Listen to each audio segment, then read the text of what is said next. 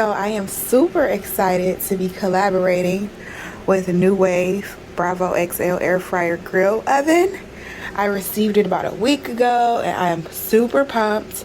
Right now it is preheating for 15 minutes before I put my chicken breast in there to air fry.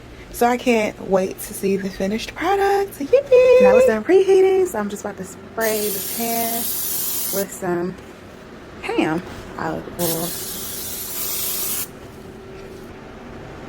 And then I will place my chicken breast in the pan.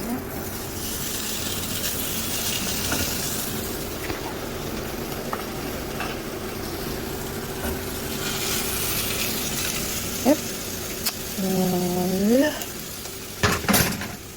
close it. Oh, the Bravo trying to get fancy now.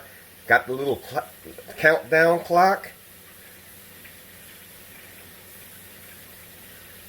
Huh. I'm definitely going to have to learn this thing a lot better. Find out exactly what it does. Should be